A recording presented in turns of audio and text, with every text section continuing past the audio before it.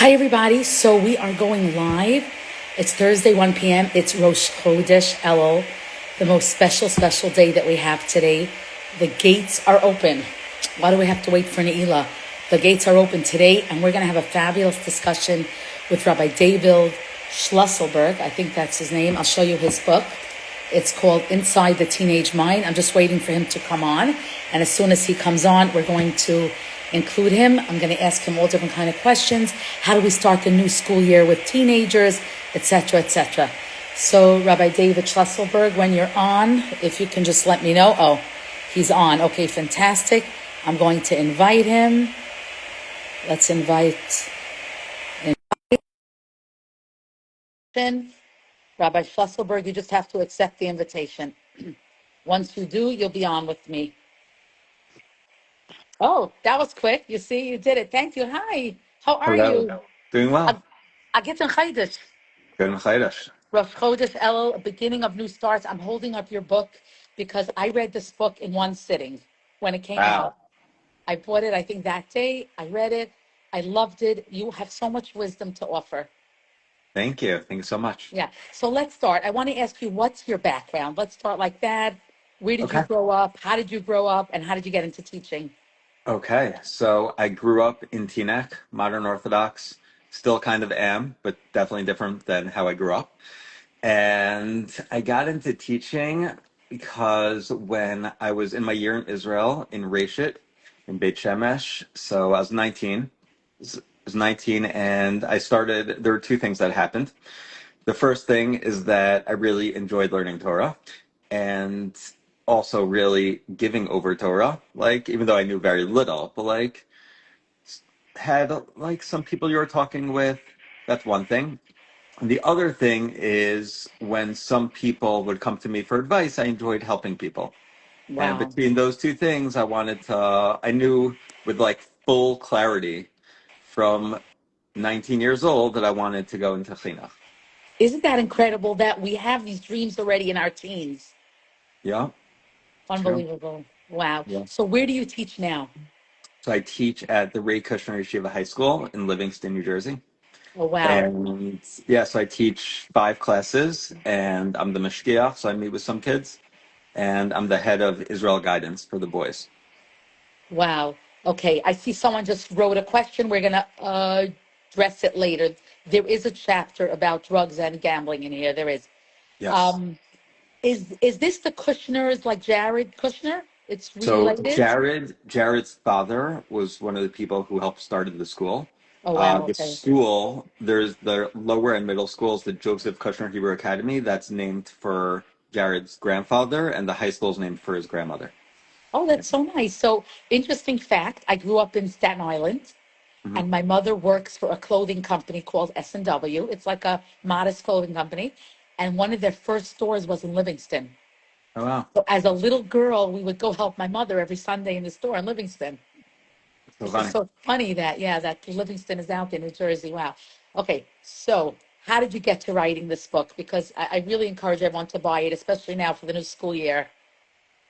So the first thing is honestly, I never even planned on it being a book. That's the first thing.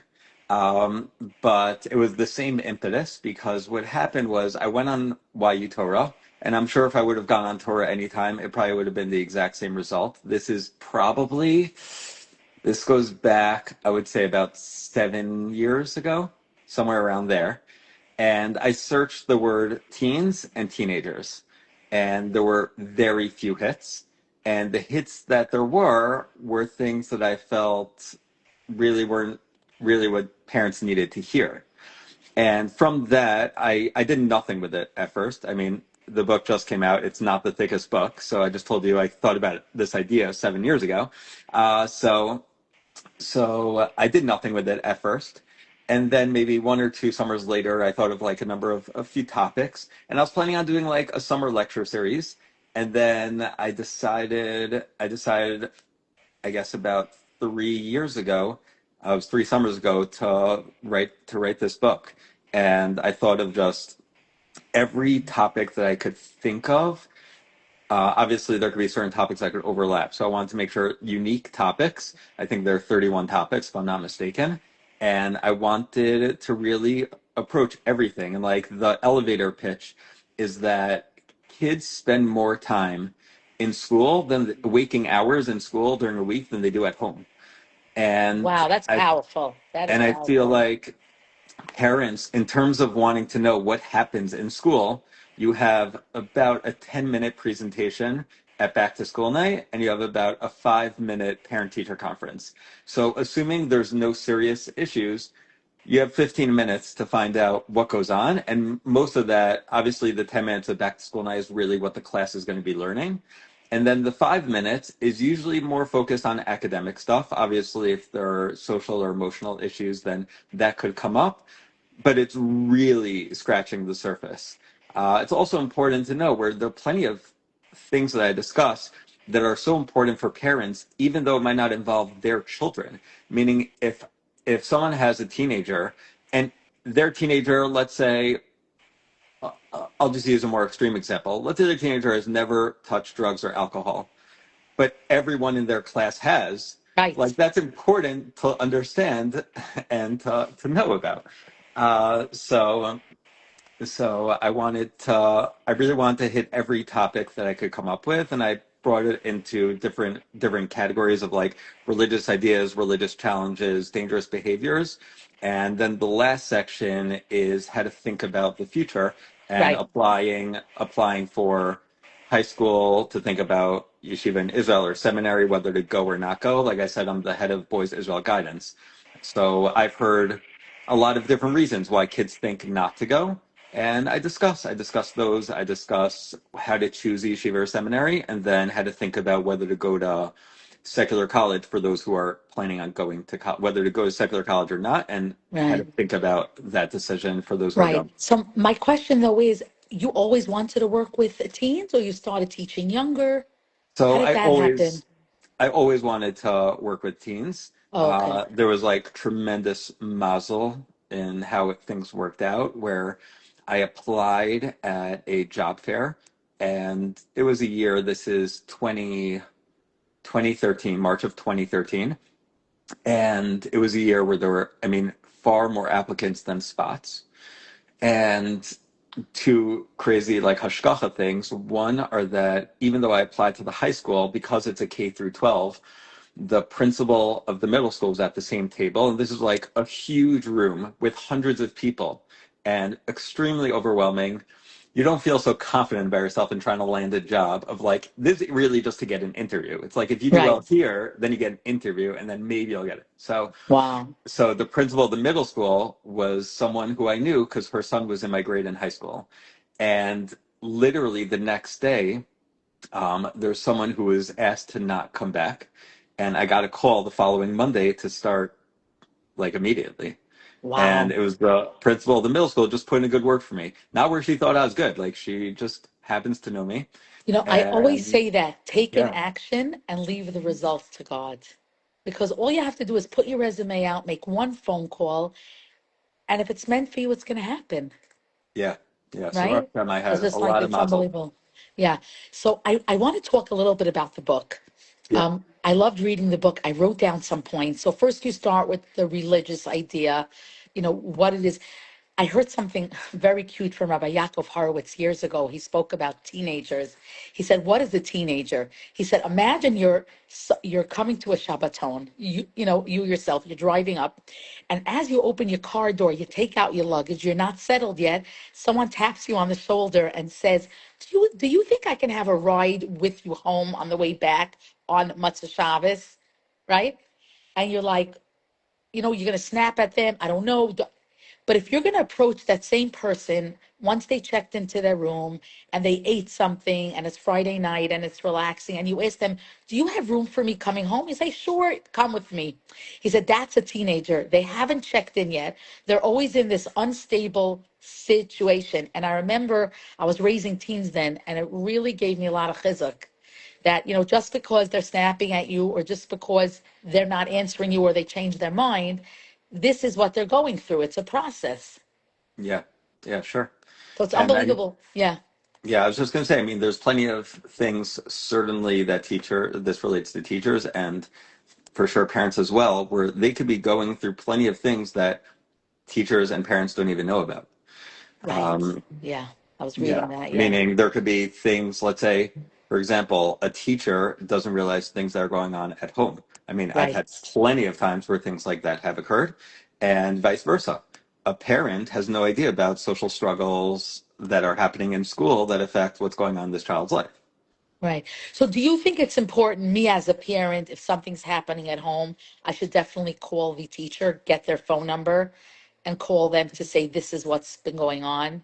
I think that once, if it's something that it reaches a certain threshold where this is something that you feel is important, that's impacting your life and your child's life, then I would call the school based on the situation. It's probably best to call the guidance department, and the guidance department will take in information in a school and decide who and how to give out information.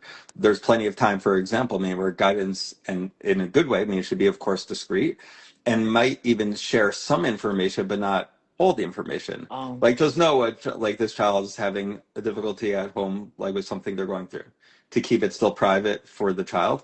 But obviously, there are certain times where there's schools where, meaning you could have someone could have a rebbe for 3 hours during the day, and the rebbe's close with the kid, and in a situation like that, maybe, and if a parent feels comfortable, maybe yeah, calling the rebbe directly.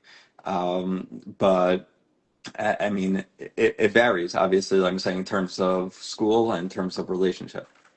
right. Okay, so let's start with the book because I just love the book. You start off with different religious beliefs that our actions are really important because the kids, I love what you wrote about the bracha acharona, that sometimes in the classroom you're going to specifically, eat in the classroom Yeah. so the children see that you're making a bracha. Yeah, it's funny because the main reason I eat in the classroom is because let's say I have about 10 minutes. So I don't want to have to like rush in a different room and then finish up. So at least here, like I'm in the room already. I'm already there and they're just like they're coming in as, let's say, the bell first period. But I do very deliberately think about making the bracha out loud for them to hear, just for them to like recognize, oh, yeah, he'll make brachas. I should probably do that. Or it'll come around. I do that at home with my kids, my young kids also, just with that intention. Right, right. So when it comes to religious beliefs, it's really good for the parent to be a role model. Like on a physical level, I once had someone approach me. She can't understand why her children never eat. She puts food in front of them and they just Mhm. never eat. And I laugh because she never eats. Like Mhm. when we go out, she does. So Yeah, like we really have to be honest with ourselves. Like yeah, who are we? I love what you wrote about how being interested in the kids is really one of the key factors in being a great teacher and a great parent. You wrote the story of Rabbi Wolb, who, when he met a new student, he would always ask them about their previous education, how was college. Like he genuinely showed interest in what they go through in life. And I just finished giving a course to women how to get along with just about anybody. And if you're an adult and you want to make new friendships, the easiest way to do it, let's say you meet someone at the gym or you meet someone in shul, right?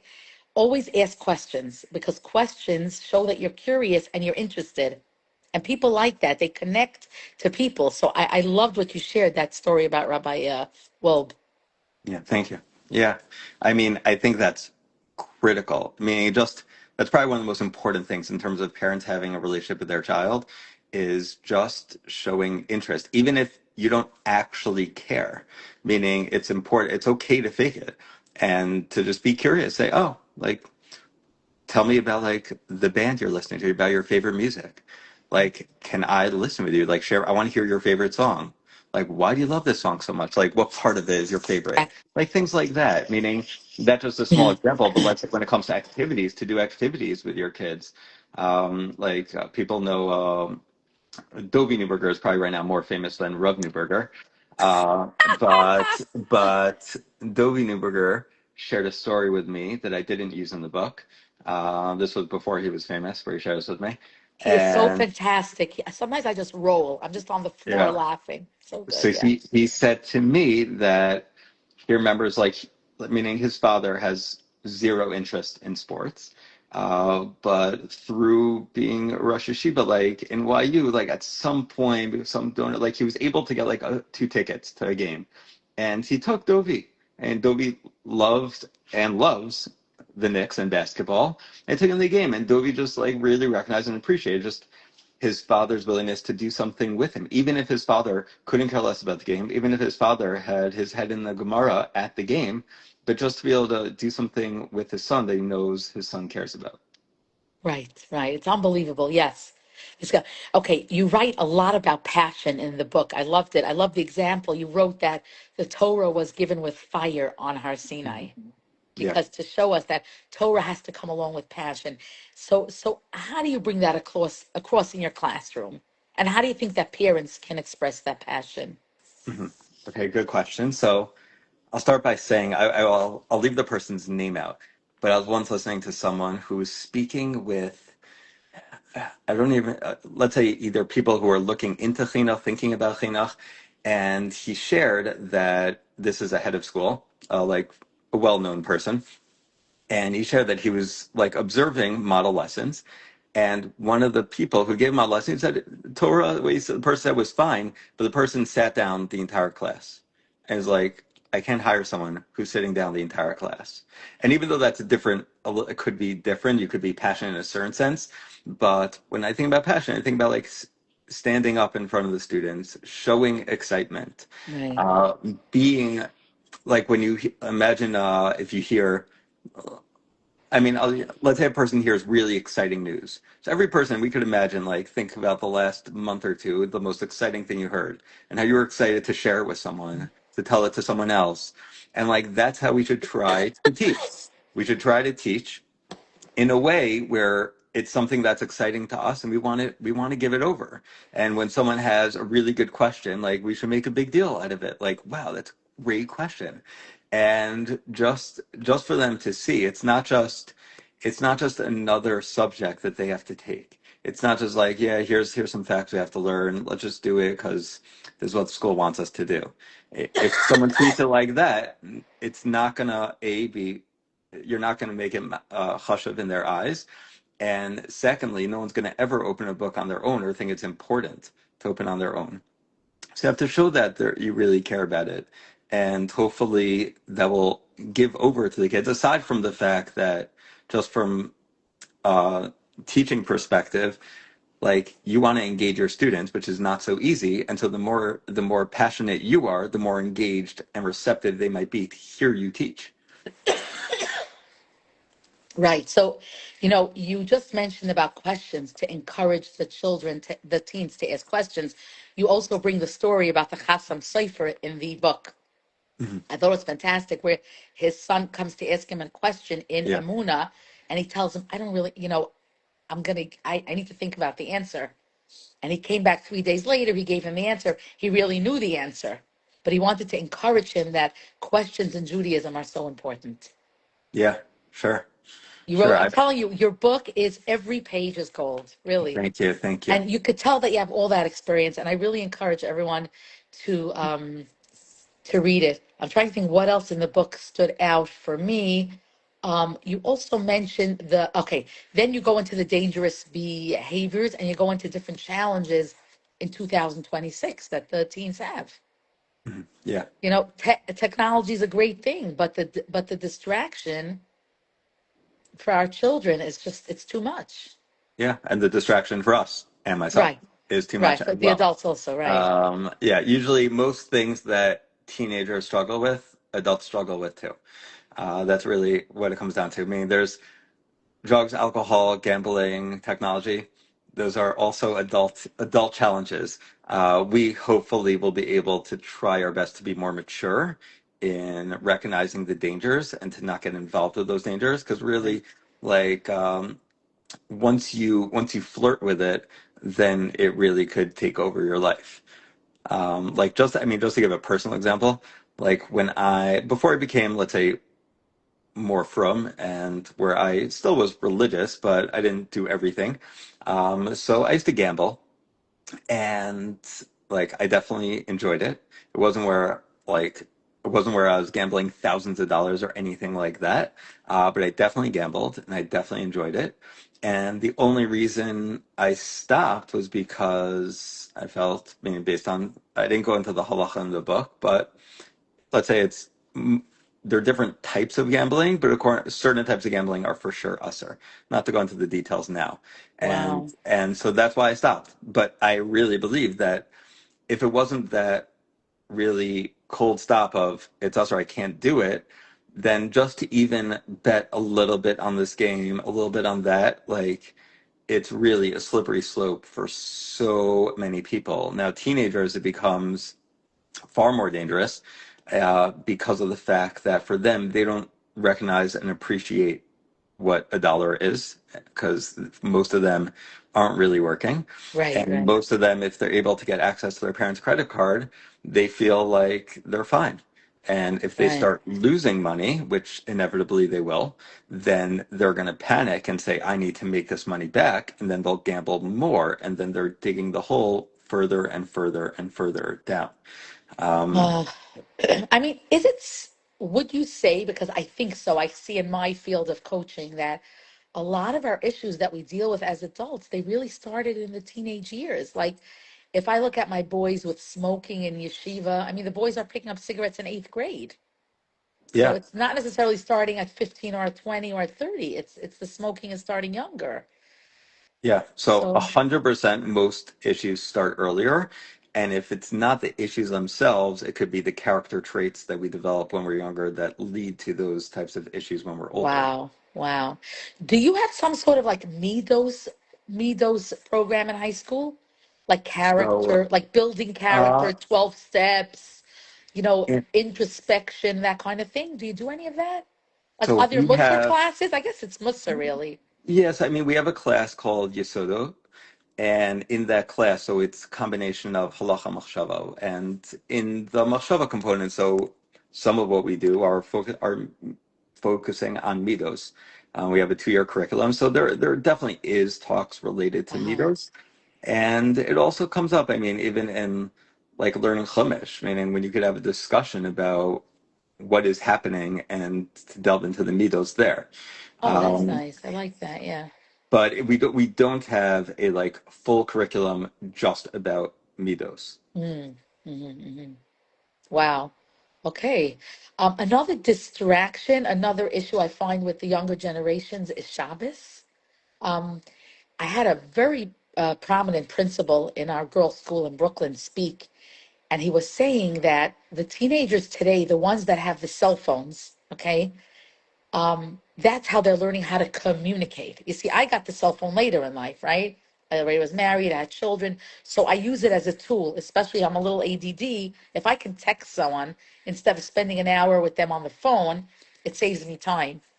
But for teenagers that know how to communicate mostly through the texting and phone, Shabbos is really a big challenge because the first Yeah, thing they want to reach for to connect to someone is a phone. And he said, imagine if I put you in a room on Shabbos and said that you can't talk to anyone. It would be difficult. So for them, if they only know how to communicate through the phone, you're telling them you cannot communicate Shabbos. So when I heard that lecture, I was like, wow, it's like I started like feeling so compassionate to this younger generation that Shabbos for them is a real struggle. yeah. So Again, Shabbos is a gift. So yeah, the more you learn about the gift and the more you learn about connecting yeah. to Hashem and what we can accomplish, I'm sure that's the way to go. But I'm wondering, you as a teacher, what are the kids telling you? Yes, I mean, so I mean, in my school, I mean, there is a huge range. Most families, overwhelming majority of families are Shomer Shabbos, but there still is a range. But what I'll say is that there are within that example. So let's say there are kids that will live in really from communities where their neighbors all around are their friends.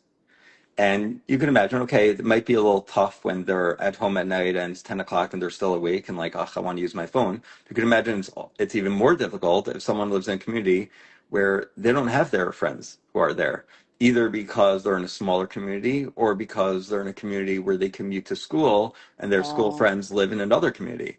And so now it's not just like, oh, a few hours where like I'm itching to use my phone because my friends aren't here, but it's all Shabbos.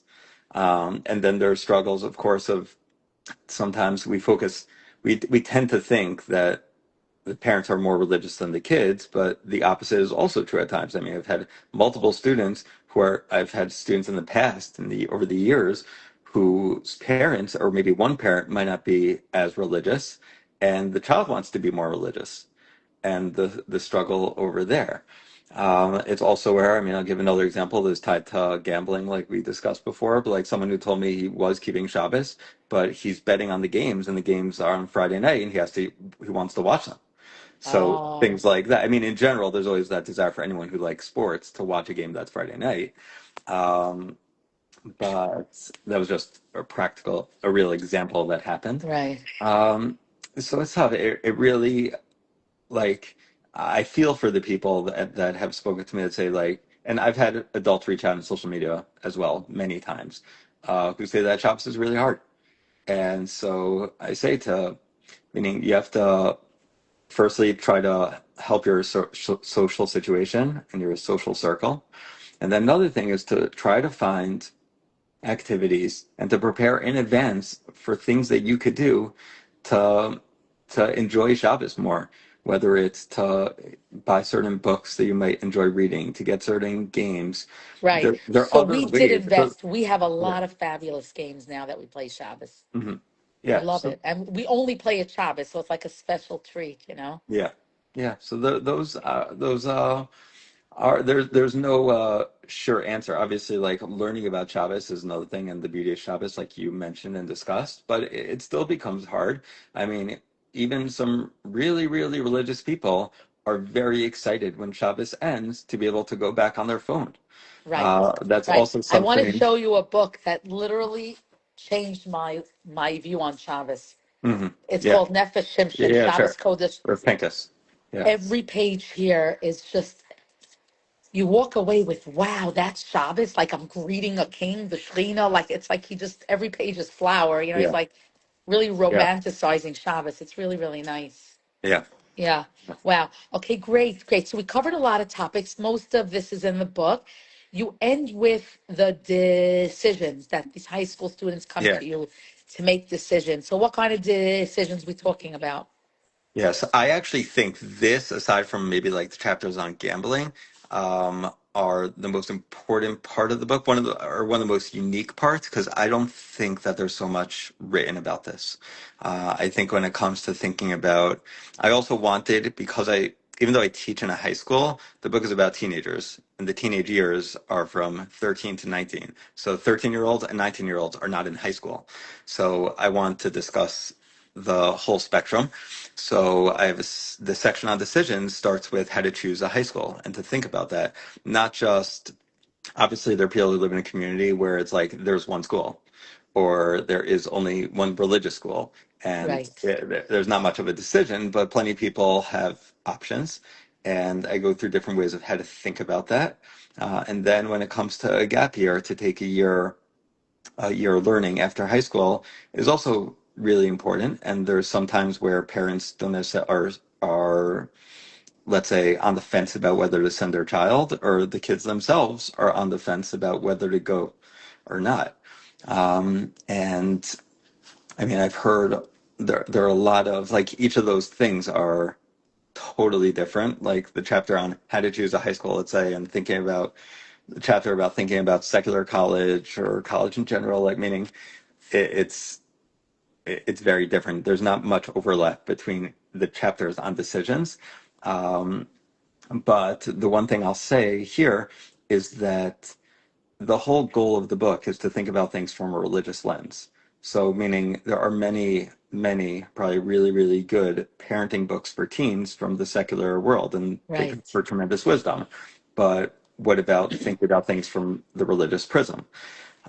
And so when it comes to decisions, so yeah, there are a lot of things a person could think about when it comes to thinking about a high school or a college that the average non-Jew or Christian could think about. But from a Jewish and religious perspective, what are things that we should focus on? So just to give a random example, when it comes to college, so there are plenty of colleges that will advertise that they have thousands and thousands of Jews. And someone might then, okay, so let's say someone who wants to send is fine with sending a secular college, they might not think to ask the question of, oh, but how many are Orthodox? Is there an Orthodox minion? Right. And and that could be a very different thing. Is there a kosher meal plan? Like that is something that's really practical and important to know about. Um, and I mean, when it comes to, let's say you're in Israel, so there are plenty of people that say, like, I've learned for so many years, I don't need another year. Another thing is, I don't want to push off my life. I don't have friends going, or I don't have friends going to this seminary or this Right. yeshiva. Right. So I discussed, meaning all of those points that kids or Right. parents have I made just with. want to point something out because I also had to make decisions with my children, my daughter, and then my boys. You know, we really try our best, but really Hashem has a plan. And I think we have to put a lot of emuna into the picture. Like you can send your application to a few schools, but the school that Hashem wants you to be in, you will get a yes from. Like, do you push students to run after a rejection letter? Like, because I don't do that. Like, I feel if I got a rejection letter from somewhere, I just take it as a sign Hashem doesn't want us to go in that route. Mhm. So it's definitely easier and helpful when like to share that idea with someone when they're down, when they get a rejection letter. Um, for me, like where I'm coming from, so I want to, let's say, try to encourage more religious institutions that kids should think about going. Hmm. I'll almost never like really push a place, even let's say with what I do for a gap year where try to guide kids. I think the first thing I tell them basically is my job is to help you figure out what's best for you. And and I say, like, if I ever seem like I'm pushing an agenda, it's because I want you just to think about certain ideas or questions that maybe you haven't thought about. Hmm. But I want them to recognize and feel like I care about them and it's their decision and whatever they choose to do. And it's not where, because sometimes, and I've heard many kids could feel like failures to someone, to an adult, if they make a decision they know the adult doesn't want them to make. Wow. So Okay. so even if I feel like a certain yeshiva might be a better yeshiva than another yeshiva, it's up to them to decide.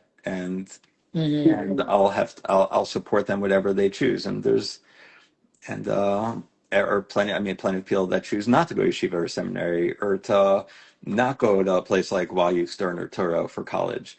Hmm. And that's okay. Um, and you have to try to guide them as best you can and then support them for whatever the decision they Right. make. Do you have a lot of programs for parents in your school? Like besides for parent teacher conference? Do you mean like Like just meaning a their lot of support and getting together that the yeah, they're parents should feel part of the school.